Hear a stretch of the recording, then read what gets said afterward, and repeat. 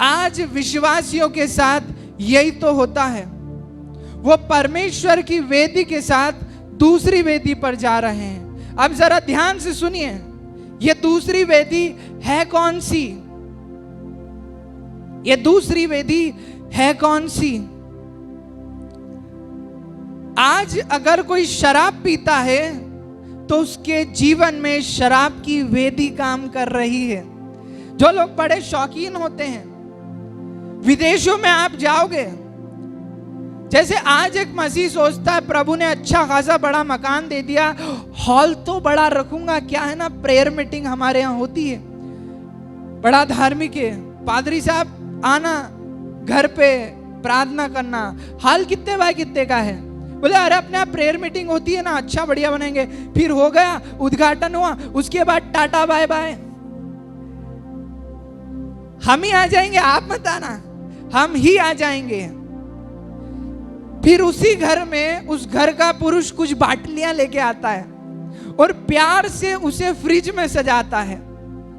कुछ ऐसे भी शौकीन आपको अपने भारत में या विदेशों में दिखाई देंगे।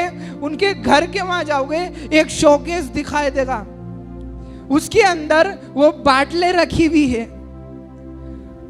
वो बॉटल्स के अंदर वो स्पिरिट वर्क कर रही है।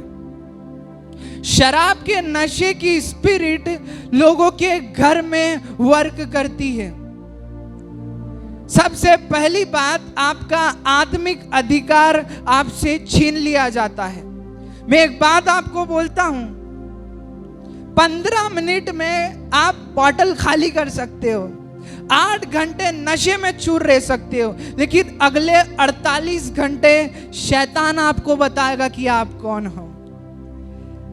15 मिनट में एक बाटल टिकाओगे, मैं खुलकर बोलता हूं, देखिए 15 मिनट में वो करोगे, 8 घंटे नशे में चूर, उसके बाद शुरू होएगा। जब क्या हुआ, नूह ने जब नशा करा, जब मतवाला रहा, स्पिरिट ने उसके बाद वर्क नहीं करा, उसका नशा उतरने के बाद करा।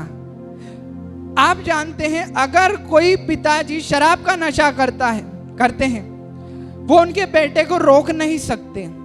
अगर आज कोई अंकल तेज गाड़ी चलाते हैं, वो उनके बेटे को ये नहीं बोल सकते कि बेटा धीमे चलाना। तीसरी बार बोलते ही बोलेगा, क्या पापा आप भी तो चलाते हो। अगर आपके फादर स्मोकिंग करते हैं, उनके पास कोई अधिकार नहीं है कि वो उनके बेटे को रोके। क्यों? वो पलट करके बोलेगा कि आप भी तो करते हो ना। आपके पास अधिकार चले गया है। आप छुपते छुपाते नशा कर सकते हो, लेकिन कहीं ना कहीं वो अधिकार आपके पास से जा रहा है। नशे की आत्मा, नशे की वेदी लोगों के घर में वर्क करती है। इससे घर की आत्मिक शांति खत्म हो जाती है। आप जानते हैं, नेगेटिव स्पिरिट्स को लोग इनवाइट करते हैं, वे कोई सा भी नशा हो। और आप देखिएगा, जितने लोग कोई सा भी नशा हो, तंबाकू रगड़ने से लगा करके ड्रग्स वाले तक को देख लीजिएगा, फिर वो त्योहारी बोलता हो, कभी कदार का बोलता हो या डेली का हो, उसकी लाइफ में सेटिस्फेक्शन कभी नहीं आएगा, कभी सेटिस्फेक्शन होगा ही नहीं। ये वेदी को आपको अपने जीवन से हटाना होगा, क्योंकि ये आपके साथ आपके घर परिवार के जीवन को खराब करती है। इसके लिए आपको प्रार्थना करनी होगी। मैं बोलता हूं, अगर किसी का हस्बैंड शराब पीता है, जैसे एक वेदी थी बाल की, कितने थे? 400 आहाब के अंडर में एक वेदी, ठीक उसी के पास किसने खड़ी करी? एलिया ने। आप इतनी प्रार्थना कर दो अपने घर में कि एक दिन उल्टी आने लग जाए। मैं क्या बोलता हूं, स्पष्ट बोलता हूं, यीशु के नाम से प्रोफेटिक वर्ड को रिलीज करता हूं। अगर आप स्ट्रांग प्रार्थना कर रहे हैं, अगर उस वेदी के अगेंस्ट में आप काम कर रहे हैं, तो परमेश्वर वैसा काम करेगा जैसी आपकी प्रार्थना होगी। एक और वेदी है लालच, करप्शन। आपने कुछ लोगों को देखा होगा, पैसा बहुत आता है लेकिन टिकता नहीं है।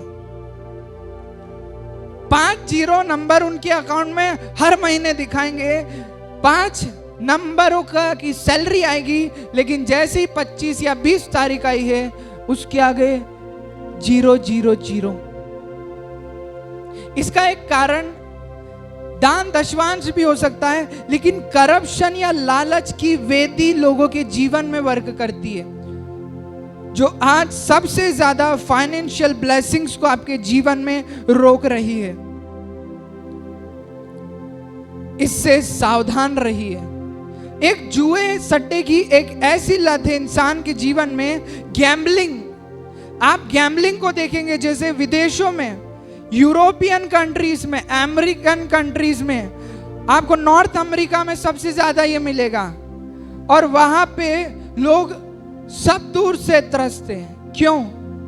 क्योंकि उनको गैम्बलिंग की लत लगी हुई है। उसके बाद दुष्ट आत्मा का रहना। मैं बोल रहा हूं, जिनके घर में दुष्ट आत्माओं के अटैक्स हैं, जिनको ड्रीम्स में दुष्ट आत्माएं दिखाई देती है, या जिनके शरीर पर दुष्ट आत्माएं अटैक करती है, या आपके घर में कोई ऐसा मामला जो दुष्ट आत्मा का है, दुष्ट आत्मा की वेदी आपके घर में वर्क करना चाहती है, और वो एक को नहीं, वो बहुतों को पकड़ना चाहती है। तो आपको ना उस वेदी के सामने प्रार्थना करनी होगी, क्योंकि परमेश्वर क्या है, स्पिरिचुअलिटी के अनुसार काम करते हैं, स्पिरिचुअलिटी के अनुसार। और आपको उस डेविल की शक्ति के अगेंस्ट में उतनी प्रार्थना कर दो कि वो वेदी नष्ट हो जाए। यरोबाम जब एक वेदी खड़ी करता है, एक भविष्यद्वक्ता नबी को परमेश्वर भेजते हैं और बोलते हैं ये वेदी फट जाएगी, इसकी राख गिर जाएगी, और जो इसको पूछते हैं उन्हीं की हड्डियां उस पर जलाई जाएगी। राजा का नाम योशिया निकला। आपको समझना होगा कौन सी वेदी आपके घर में वर्क कर रही है। एक व्यभिचार की वेदी होती है जो बहुत टाइम से वर्क करती हुई आती है। इसका आपको प्रतिफल भी देखने को मिलेगा बहुत सारे लोगों की लाइफ में। ये वेदी भयानक रीति से वर्क करती है। आपको प्रेयर्स करने की जरूरत है कि ये वेदी, ये चीज आपके जीवन से नष्ट हो जाए और आप इससे डिलीवर हैं, तो प्रभु का सबसे बड़े आपका धन्यवाद देना चाहिए। अब मुख्य बात पर आते हैं। क्यों परमेश्वर ने गिदोन को कहा कि तू पहले अपने पिताजी की खड़ी कराई हुई उस वेदी को नष्ट कर, फिर बलिदान चढ़ा, उसके बाद इजरायलियों को बचाना? जानते हो क्यों? क्योंकि वो वेदी धोखेबाजी की वेदी थी। धोखा दे रहे थे इजरायली लोग परमेश्वर को। जिस जमीन पे परमेश्वर उन्हें लेकर के आए हैं, उस जमीन पर वो परमेश्वर की उपासना नहीं कर रहे। आपको चेक करना होगा कि ये कौन सी स्पिरिट है, कौन सी वेदी है जो हमारे जीवन में वर्क कर रही है। अब ऐसा नहीं होता है कि एक पैसे की चोरी कर रहा है तो उसकी जेब से ही कोई पैसा चोरी कर लेगा। अगर अलग अलग प्रकार से देखिए, शरीर के अनुसार करा है तो शरीर के अनुसार नष्ट होगा। उसी प्रकार से किसी दूसरे के साथ करा है तो परमेश्वर भी दूसरे के साथ आपके जीवन में इस एडमिनिस्ट्रेशन को लेकर के आएंगे। जिस नाप से तुम नापते उसी नाप से तुम्हारे लिए भी नापा जाएगा। आज के दिन आपको समझना होगा आपके जीवन में कौन सी ऐसी वेदी वर्क कर रही है। आपके पूर्वजों के जमाने में, लास्ट में एक वचन निकालते हैं, इब्रानियों 13 उसका 10वां। हमारी एक ऐसी वेदी है जिस पर से खाने का अधिकार उन लोगों को नहीं जो तंबू की सेवा करते हैं। ये किसके विषय में लिखा हुआ है? आज भी वो लोग जो व्यवस्था के अनुसार जीवन जी रहे हैं, जो आज भी सोचते हैं कि हमें एक व्यवस्था को मानना है। एक सच्चे यहूदी के लिए व्यवस्था को मानना ये कंपलसरी है, लेकिन एक मसीह के लिए नहीं। ये तो इसलिए आप समझ पाए। इसके साथ एक वचन और है,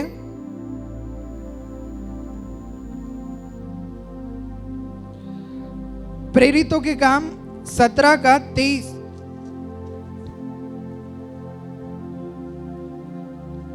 प्रेरित काम 17:23। यहां पौलुस जब एथेंस नगर में जा रहा है, पौलुस क्या देखता है? वहां लोग उपासना कर रहे हैं और वहां अनजाने में परमेश्वर की उपासना हो रही है। और पौलुस आकर के बोल रहा है कि जिस ईश्वर को तुम पूज रहे हो उसी के विषय में मैं तुम्हें बताने आया हूं। अब आप जो कि यीशु मसीह पर विश्वास कर रहे हैं, एक मसीह जीवन में आगे बढ़ रहे हैं, आपको समझना होगा कौन सी वेदी आपके जीवन में है। एक वेदी जक्कई के जीवन में वर्क कर रही थी। कौन? क्या आइडेंटिटी है जक्कई की? चुंगी लेने वालों का सरदार। पर्सनालिटी भी बता दी उसकी, तो बताइए। नाटा था, कोई बेचारा आए ना काला ना गोरा देखा, ना बोले नाटा था। क्यों? उसकी डिमेरिट थी। फिर भी उस डिमेरिट को छोड़ करके पेड़ पे चढ़ गया। वो नाटा इसलिए लिखा क्योंकि वो कम हाइट के कारण देख ना सकता था। आज आपके जीवन में ऐसा है, कोई आपकी एक कमी हो सकती है, लेकिन उस कमी को छोड़ करके आप स्पिरिचुअल होइए। मूसा की एक कमजोरी थी, जानते हैं? वो तोतला बोलता था। तोतला क्या मतलब? बोलने में भद्दा था। तो क्या बोलता है मूसा प्रभु को? बोले कि अरे मैं कैसे बोलूंगा लोगों को, मैं तो धीरे धीरे बोलता हूं, मैं कैसे बताऊंगा लोगों को। परमेश्वर ने कहा तेरे भाई हारून को तेरा नबी बनाता हूं, तू हारून से बात करना, हारून लोगों से बात करेगा। तो हम सोचते हैं प्रभु ऐसा क्यों करा? आप मूसा से बात कर रहे हो, मूसा हारून से कर रहा है, हारून फिर लोगों से कर रहा है, तो ऐसा कर सकते थे ना प्रभु। ला तेरे मुंह को टच करता हूं मूसा। मूसा को क्या प्रभु नहीं दे सकते थे क्या सही साठ बोलने का वरदान? आप थोड़ा सोचिए। परमेश्वर ने उसकी बोली को नहीं सुधारा, परमेश्वर ने उसको एक रास्ता बता दिया कि तुझे क्या करना है। जब यीशु मसीह को जक्कई देखता है तो यीशु देख लेते हैं कि इसने अपनी कमजोरी को छोड़ करके भी मुझे देखना चाहा है। यीशु ने कहा इधर आ, चल तेरे घर चलते हैं। जब वहां गया, जक्कई के घर में जैसे ही यीशु मसीह गए, जक्कई क्या बोलता है? प्रभु आधी संपत्ति कंगालों को दे देता हूं। जिसका जो भी लिया था उसको दे दिया। जानते हो यीशु ने क्या कहा?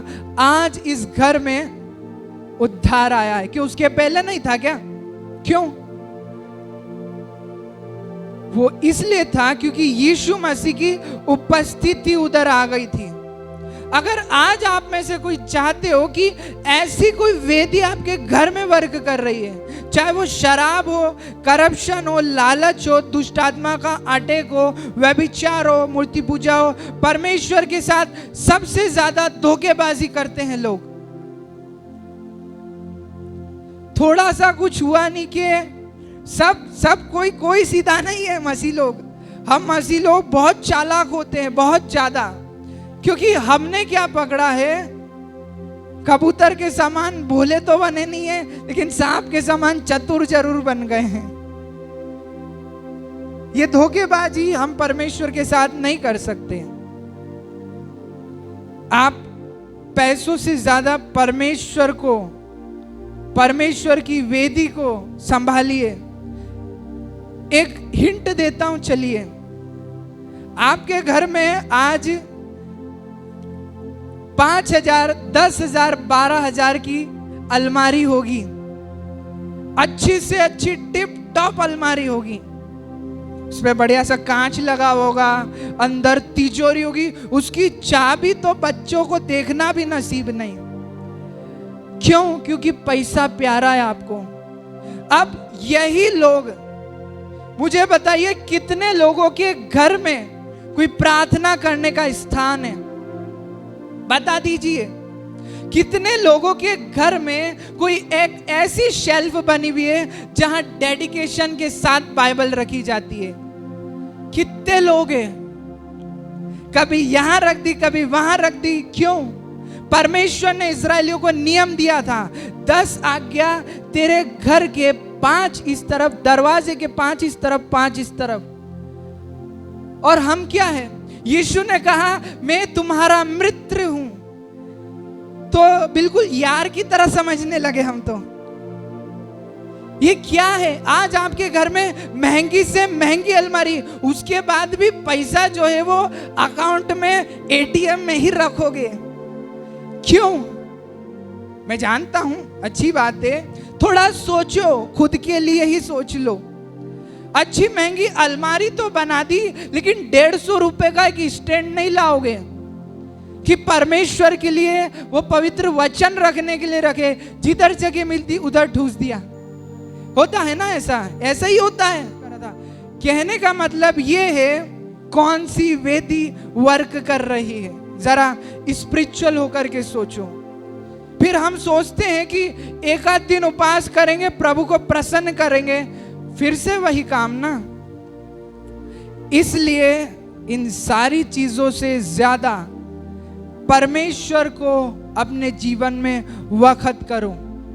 जक्कई के घर में जैसे ही आते यीशु, क्या समझ रहे हैं आप? आज इस घर में उद्धार आया है। आज आपको परमेश्वर की प्रेजेंस अपने घर में बुलाने की जरूरत है। जब परमेश्वर की प्रेजेंस आ जाएगी ना, तो खुद ही खुद सब क्लियर हो जाएगा। जानते हैं कैसे?